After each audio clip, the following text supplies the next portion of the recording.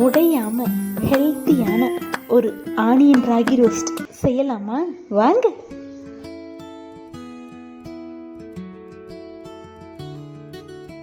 Hi guys, welcome to Nirali life style.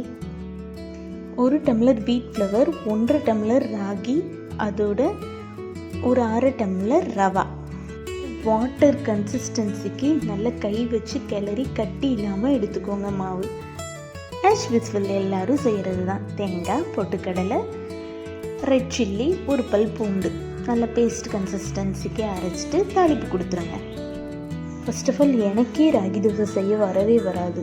இந்த இருக்கிறதுலே டஃப்னா அந்த ராகி தான். ஆனால் இப்போ பழகி ராகி தோசையிலே நான் கிங்கு.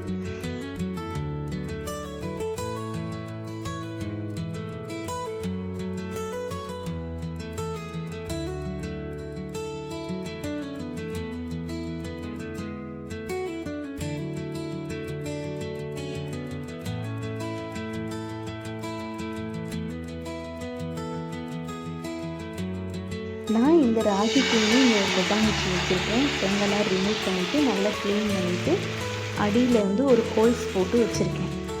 ராகிக்கு மட்டும் இல்லை, ரவா தோசைக்கே இதே மெத்தட் தான். நல்லா கிறிஸ்பியாக ஒட்டாமல் சூப்பராக எடுக்கலாங்க. நீங்களும் இதே மாதிரி ட்ரை பண்ணி பாருங்கள்.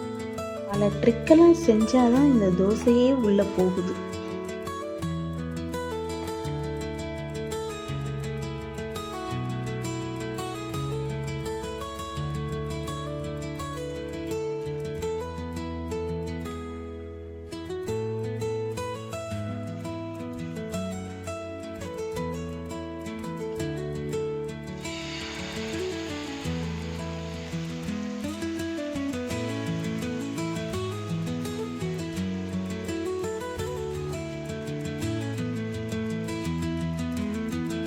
இது மாதிரி ஒன்று மட்டும் இல்லைங்க, கண்டினியூவாக செஞ்சுக்கிட்டே இருந்தேன்.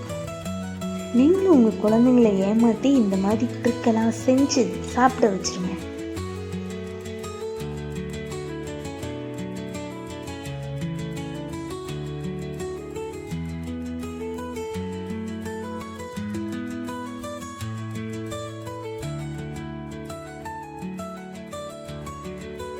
நிறைய பேர் நம்ம வீடியோ பார்க்குறீங்க, ஆனால் சப்ஸ்கிரைப் பண்ண மறந்துடுறீங்க. சப்ஸ்கிரைப் பண்ணிவிட்டு பாருங்கள்.